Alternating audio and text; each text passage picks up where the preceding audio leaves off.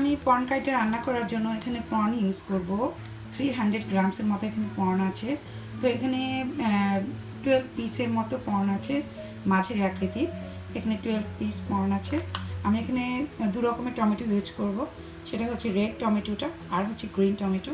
আমি এখানে green chilli use করব, আর এখানে অনিয়ন ইউজ করব, এখান থেকে হাফ ইউজ করব। আর আমি এখানে একটা শাক ইউজ করব, এটা হচ্ছে পুঁই শাক। তো এটা আমাদের বাংলাদেশে সবাই চিনে থাকেন যারা বাংলাদেশে আছে। তো এটাকে আমি এখন এই কারিতে ইউজ করব। আর আমি এখানে সব ধরনের যেগুলো কারি পাউডার আছে সবগুলো কারি পাউডার ইউজ করব। হলুদের গুঁড়ো, ধনিয়ার গুঁড়ো, চিলি গুঁড়ো, জিরা গুঁড়ো। আর আমি এখানে ইউজ করব হচ্ছে এই অয়েলটা ইউজ করব, এক্সট্রা ভার্জিন অলিভ অয়েলটা ইউজ করব এখানে কুক করার জন্য। তো আমি এখন কুক করব। তো আমি মাছগুলো প্রথমে সুন্দর করে একদম ধুয়ে ক্লিন করে নেব, আর সব ইনগ্রিডিয়েন্টসগুলো কেটে সুন্দর করে পিস পিস করে নেব যাতে এগুলো রান্না করতে আমার সুবিধা হয়। তো আমি এখন এগুলো করে আবার ফিরে আসছি। ওকে, তো আমি সব ইনগ্রিডিয়েন্টসগুলো এখন সুন্দর করে কেটে নিয়েছি। আমি এখানে ফিশগুলো সুন্দর করে পরিষ্কার করে নিয়েছি, অনিয়ন কেটে নিয়েছি, টমেটো 2 টাইপস অফ টমেটো কেটে নিয়েছি, আমি এখানে ভেজিটেবলটাও কেটে নিয়েছি। তো আমি এখানে প্যানটা হিট করতে দিয়েছি।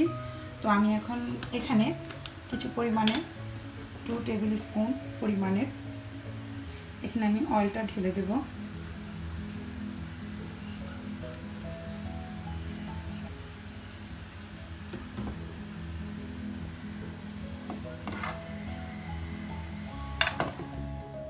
তো আমি এখন একে একে এখানে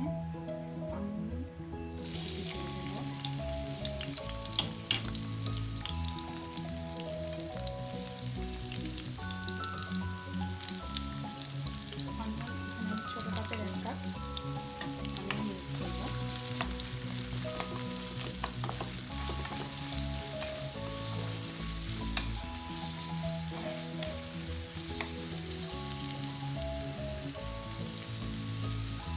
আমি এখানে জিঞ্জার এবং গার্লিক পেস্ট আছে এখানে দিয়ে দিব।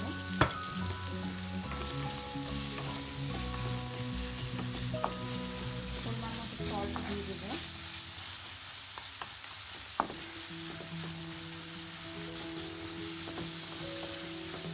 আমি আগে অনিয়নগুলো কিছুটা একটু ফ্রাই হওয়ার জন্য কিছুক্ষণ একটু ফ্রাই করবো।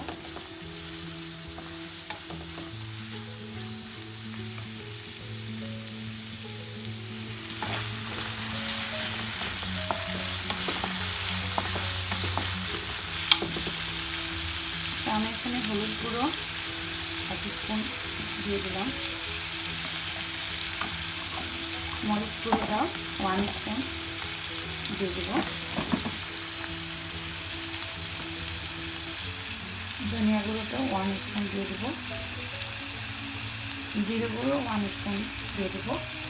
তো আমি এখন সবগুলো কারি পাউডার একসাথে সুন্দর করে মিশিয়ে নেব।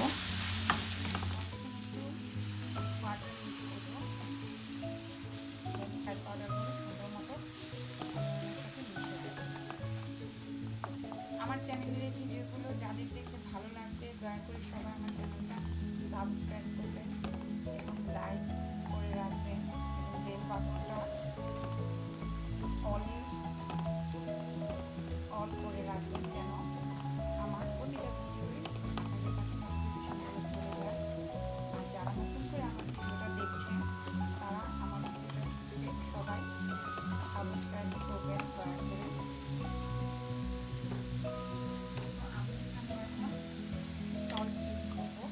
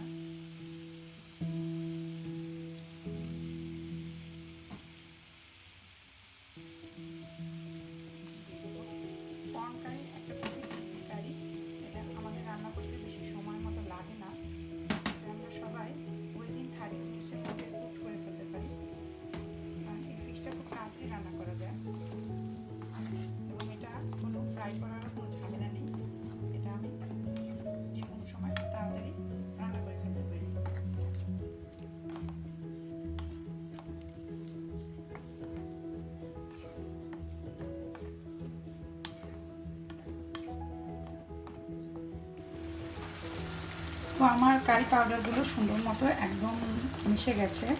এখন আমি এখানে আমার কর্নগুলো দিয়ে দেব, যেগুলো আমি ধুয়ে পরিষ্কার করে রেখেছি।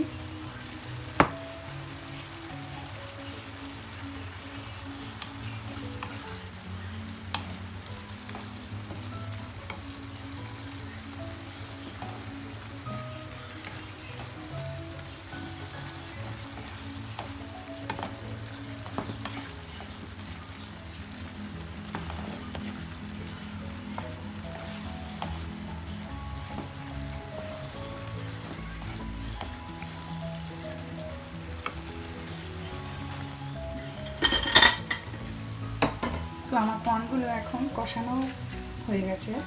আমি এখন এখানে এই শাক পাতাটা ইউজ করব।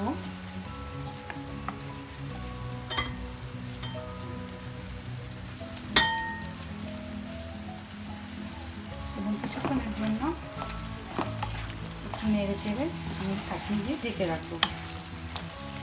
যেহেতু শাক পাতা তাড়াতাড়ি বয়েল হয়ে যায় এবং খুব সুন্দরভাবে মিশে যায়, তো আমি 3 থেকে 4 মিনিট কিছুক্ষণ এটা একটু ঢেকে রাখবো।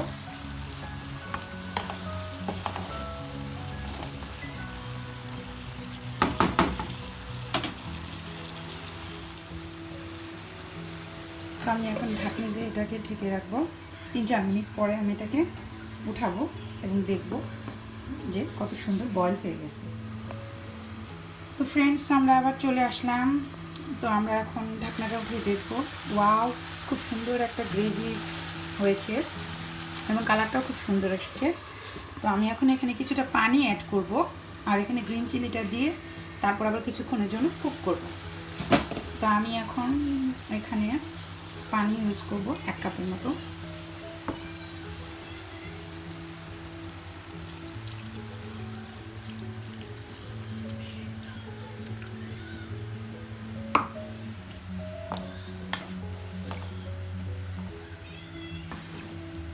এটা দেখতে যেমন খুবই সুন্দর হয়েছে, খেতেও অনেক মজাদার হবে।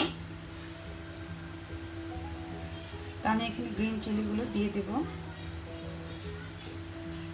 আর কিছুক্ষণের জন্য আমি এটাকে আবার ঢাকনা দিয়ে ঢেকে রাখবো।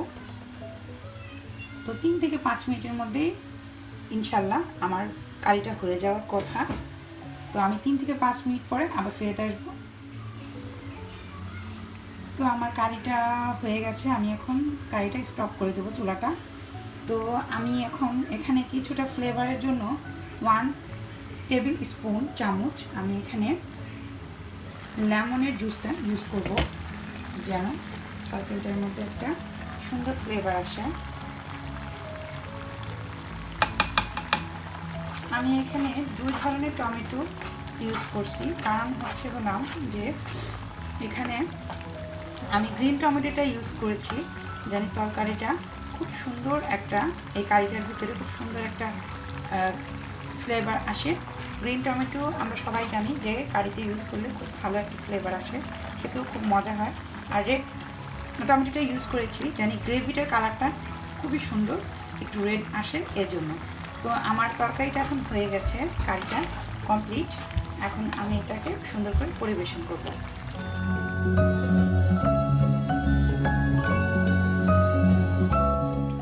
আমার কারি রান্নাটা হয়ে গেছে, এখন আমি এটা সুন্দর করে পরিবেশন করেছি। তো এটা খুবই টেস্টি হয়েছে, আমি খেয়ে দেখেছি। সবাই বাসায় বানিয়ে খাবেন। আর আমার এই ভিডিওগুলো ভালো লেগে থাকলে আপনারা সবাই আমার চ্যানেলটা সাবস্ক্রাইব করবেন। আর যারা আগেই করেছেন তাদেরকে অসংখ্য ধন্যবাদ। তো আজকের মতো এখানেই শেষ করলাম। সবাইকে আমার ভিডিওটা দেখার জন্য ধন্যবাদ। আসসালামু আলাইকুম। আবার নেক্সট ভিডিও নিয়ে আমি সাদিয়া মনির জেপি চ্যানেল থেকে আবার চলে আসব নতুন ব্লগ নিয়ে। তো আজকের মতো এখানেই শেষ। আল্লাহ হাফেজ।